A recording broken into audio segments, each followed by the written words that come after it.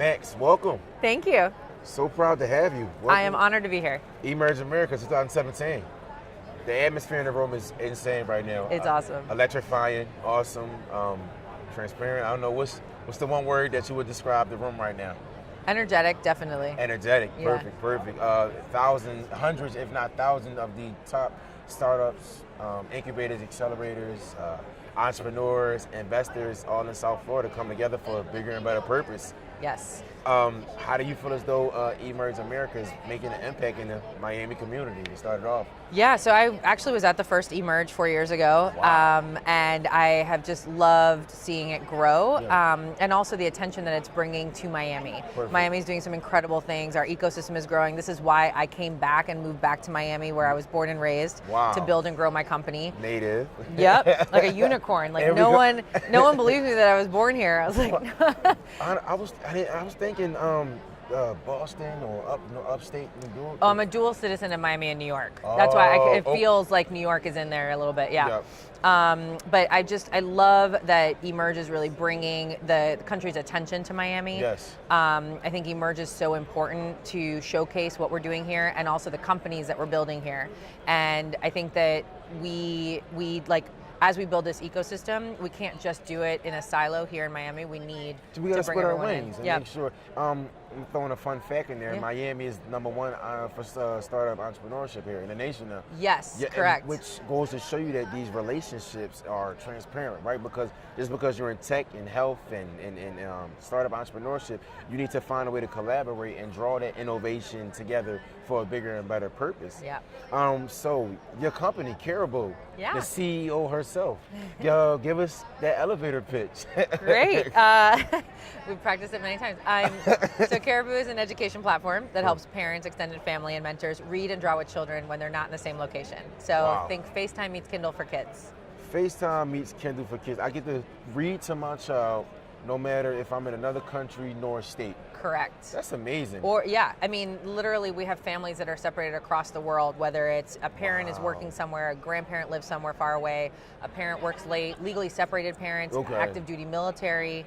Wow. Think about all the reasons why, especially in 2017, that we're traveling more, we're working later. Yes. But people still want to stay connected to their kids. They still want to have engaging experiences. Perfect. Skype and traditional phone calls and, Yep. and FaceTime aren't, you, especially with a 3-year-old. And then I realized working with Skype, I don't know, I'm sorry, no shade to Skype, but it's Yeah, not the we love Skype. best, like sometimes it messes up depending on the area that you're in. I don't know if it's a signal or Wi-Fi thing, but definitely could be better. Well, and also all you're doing is talking. Yes. And for adults, that's fine. Yeah. But a 3-year-old doesn't want to be interviewed and they don't want to be asked a bunch of questions. I literally talked to a 9-year-old the other day and I was like, so how many questions is too much? She's like, oh, definitely like 5.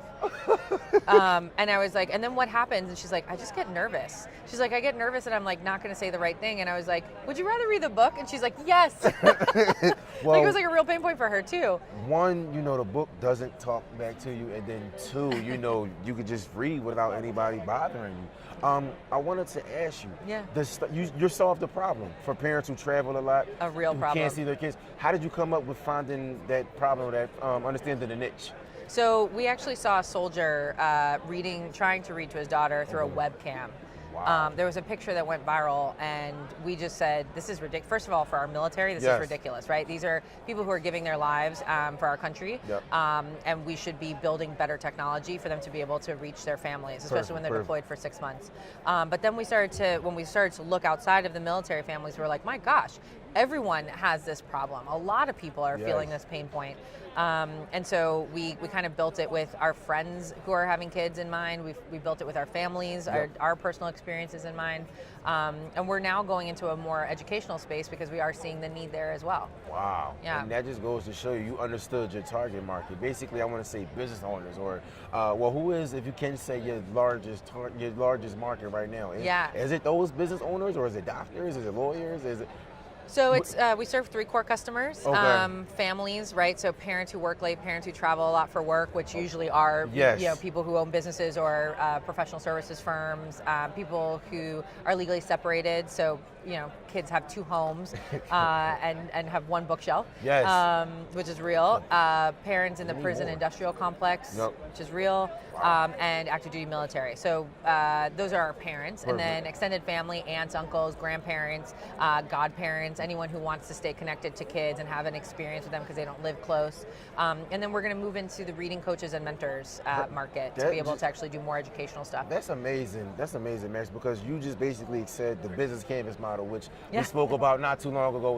I'm going to say business canvas model probably 10 more times, but just understanding the target market. Yeah.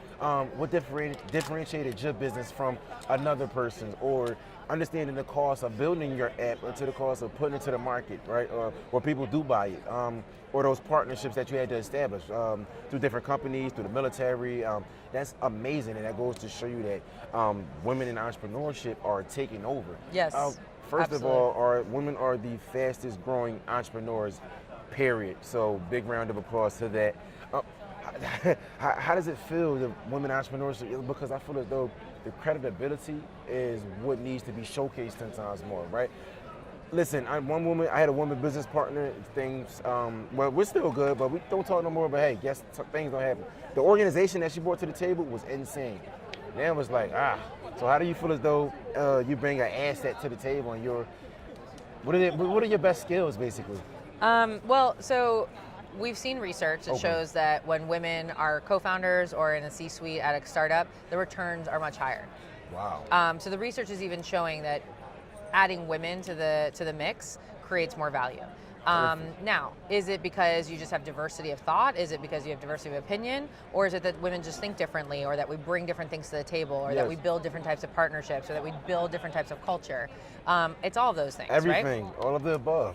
You don't want groupthink, and you get that a lot when you just have a bunch of dudes who are building a startup. Yes. And that's why you're seeing a lot of companies right now that are having culture issues, because when you have one group that looks a lot alike, or grew up the same, or has the same background, has the same values, there's no balance to it. there's no balance. Yes.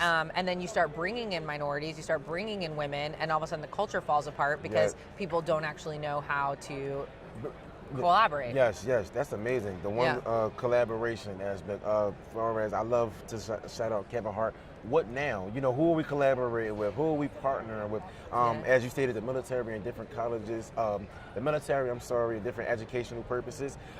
When can we get a deadline? When is the time? When is it happening? Why are you putting a deadline on me? No, so we're a bootstrap team of 2. Okay. So we're looking for investment. We need investment to be able to grow to the places that we want to grow to. Right now we're only on iOS, so we want to grow into web, which will serve the military and schools. Yes. We want to do Android as well, because we know that a lot of families are on Android. We're in 145 countries.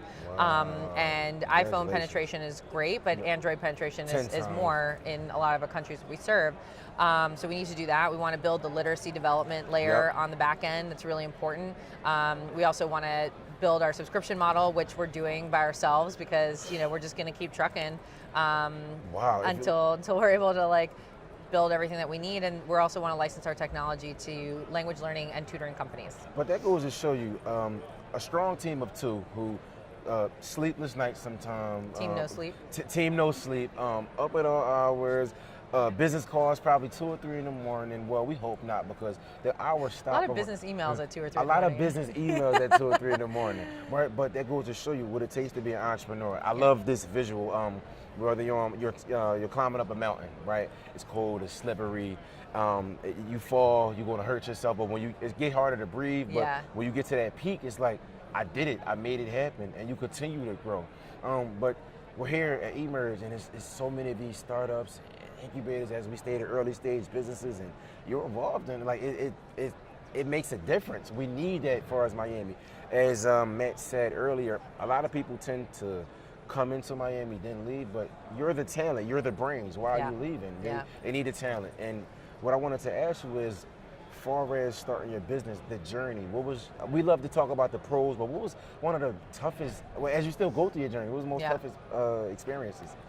I think the toughest experience has just been being a bootstrap team, right? Okay. Like you have to prioritize when you have to do everything. Yes. And especially as a team of two, there's so much to do, Yes. and there's not enough time in the day, and there's not enough resources. But you've got to figure it out. You have and to. so you leverage resources. You get people to do things for free for you. You finagle free space. Yeah. You leverage every network that you have. Yep. You call in favors. You test hypotheses all the time. You try things on social. If it works, you double down. If it doesn't work, you scale back. You constantly are asking questions. You need to seek mentorship. You have to ask people to help you. You said the most two important things the things that I love and teach to our youth, our students, trying. Yes.